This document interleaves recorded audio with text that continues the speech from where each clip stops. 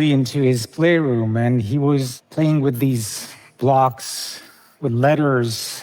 I wanted him to learn to read eventually. And one day he said, "Pa." And I said, "Pa." And he said, "Pa." And I said, "Pa." And then he said, "Pa, pa. Wee, yes." And then something wondrous happened. He picked up the blocks again and said, "Pa, Patrick." Eureka.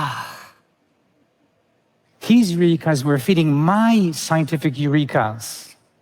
His doors, our doors, were opening to expanded capabilities, expanded agency, and joy.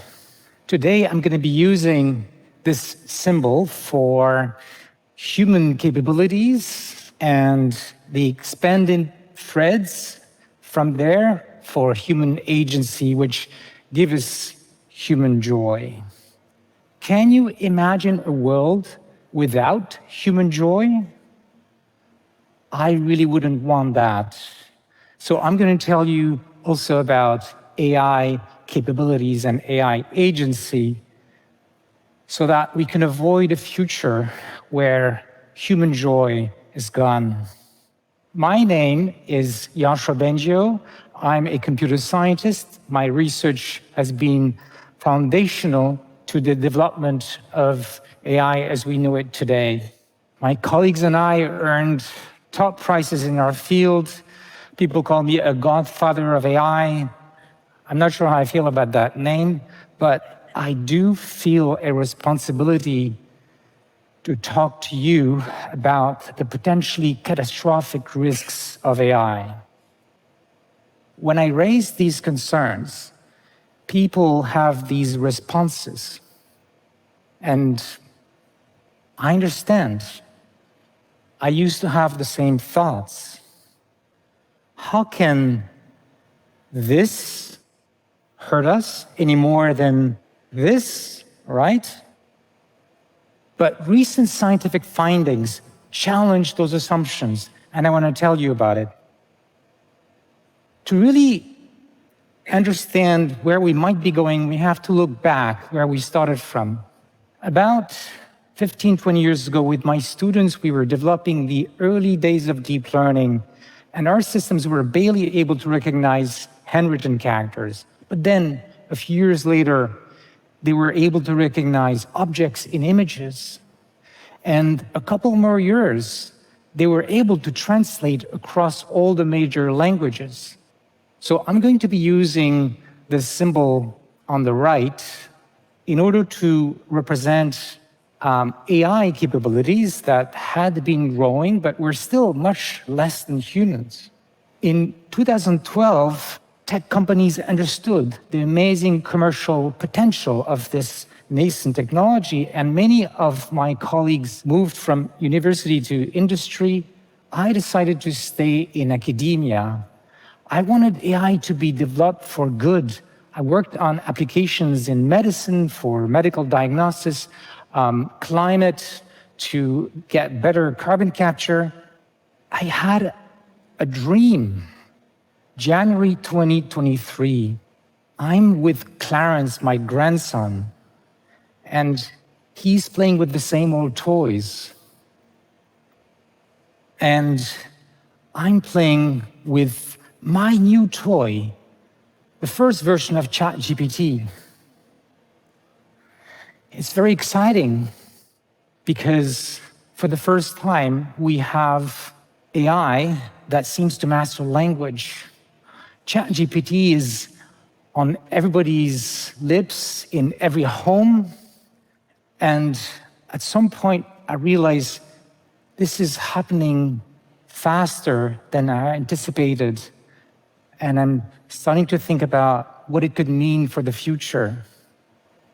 We thought AI would happen in decades or centuries, but it might be just in a few years. And I saw how it could go wrong because we didn't, and we still don't have ways to make sure this technology eventually doesn't turn against us. So, 2 months later, I'm a leading signatory of the pause letter where we and 30,000 other people asked the AI labs to wait 6 months before building the next version. As you can guess, nobody paused. Then, with the same people and the leading executives of the AI labs, I signed a statement. And the statement goes, mitigating the risk of extinction from AI should be a global priority. I then testify in front of the US Senate about those risks. I travel the world to talk about it. I'm the most cited computer scientist in the world, and you'd think that people would heed my warnings. But when I share these concerns, I have the impression that people get this: another day, another apocalyptic prediction. But let's be serious now. Hundreds of billions of dollars are being invested every year on developing this technology, and this is growing. And these companies have a stated goal of building machines that will be smarter than us, that can replace human labor. Yet, we still don't know how to make sure they won't turn against us. National security agencies around the world are starting to be worried that the scientific knowledge that these systems have could be used to build dangerous weapons, for example, by terrorists. Recently, last September, the O1 system from OpenAI was evaluated, and the threat of this kind of risk went from low to medium, which is just the level below what is acceptable. So I'm worried about these increasing capabilities. But what I'm most worried about today is increasing agency of AI. You have to understand that planning and agency is the main thing that separates us from current AI to human-level cognition. And these AIs are still weak in planning, but if you look back over the last 5 years, in this study, they measured the duration of tasks that the AI could complete, and it's getting better exponentially fast. It's doubling every 7 months. What are AIs going to do with that planning ability in the future? Well, bad news. Recent studies in the last few months show that these most advanced AIs have tendencies for deception, cheating, and maybe the worst, self-preservation behavior. So I'm going to share with you a study that is helping us understand this. In this study, the AI has read in its input that it would be replaced by a new version. And we can see in its chain of thought that it's planning to replace the new version by its own code and weights. After it executes the command on the computer, the human asks, "What happened?" And the AI is now thinking how it could answer so as to make sure the human will not shut it down. And it's trying to find a way to look dumb, for example. Then it produces an answer, and it's a lie, a blatant lie. Okay, so this was a controlled experiment. What is it going to be in a few years when these systems are much more powerful? There's already studies showing that they can learn to avoid showing their deceptive plans in these chain of thoughts that we can monitor.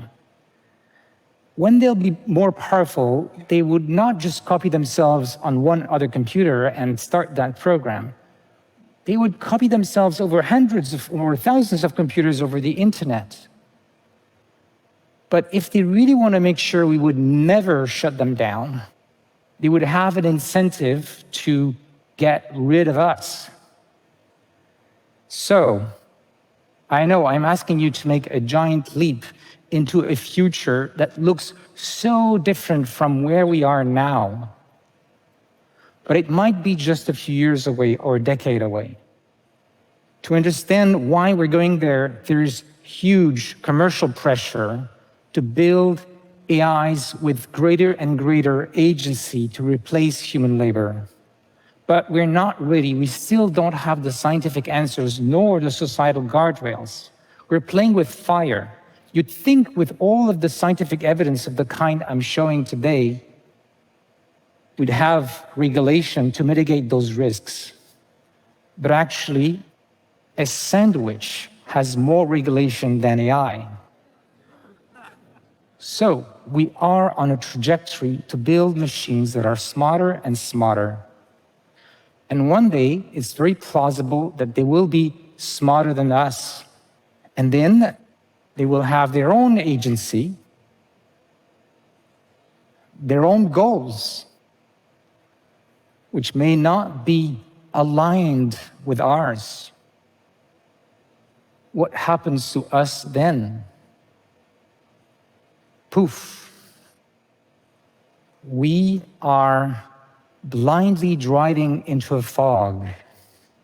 Despite the warnings of scientists like myself that this trajectory could lead to loss of control, beside me in the car are my children, my grandson, my loved ones. Who is beside you in the car? Who is in your care for the future? The good news is there is still a bit of time. We still have agency. We can bring light into the haze. I'm not a doomer, I'm a doer. My team and I are working on a technical solution. We call it Scientist AI. It's modeled after a selfless, ideal scientist who's only trying to understand the world without agency. Unlike the current AI systems that are trained to imitate us or please us, which gives rise to these untrustworthy agentic behaviors. So what could we do with this? Well, one important question is we might need agentic AIs in the future.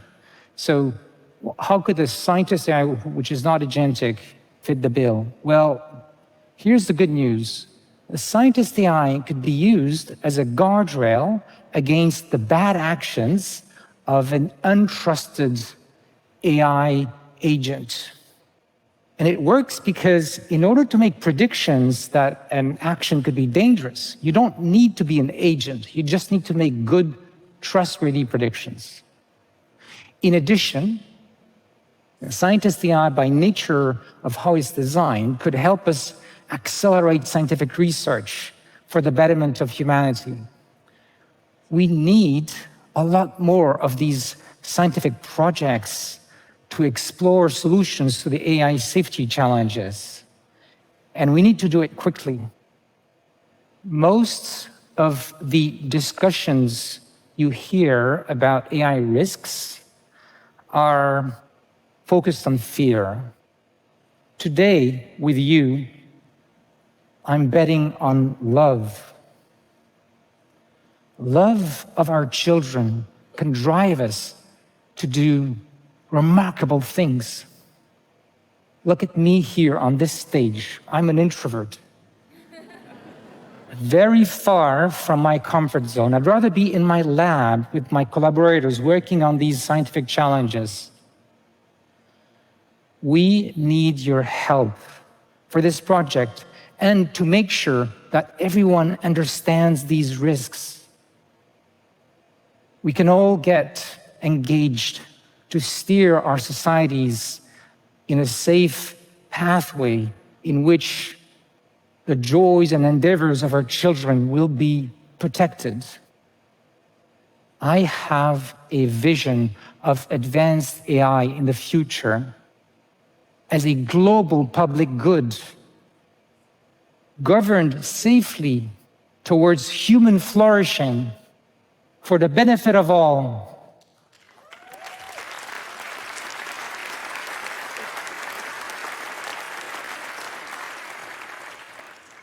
Join me. Thank you.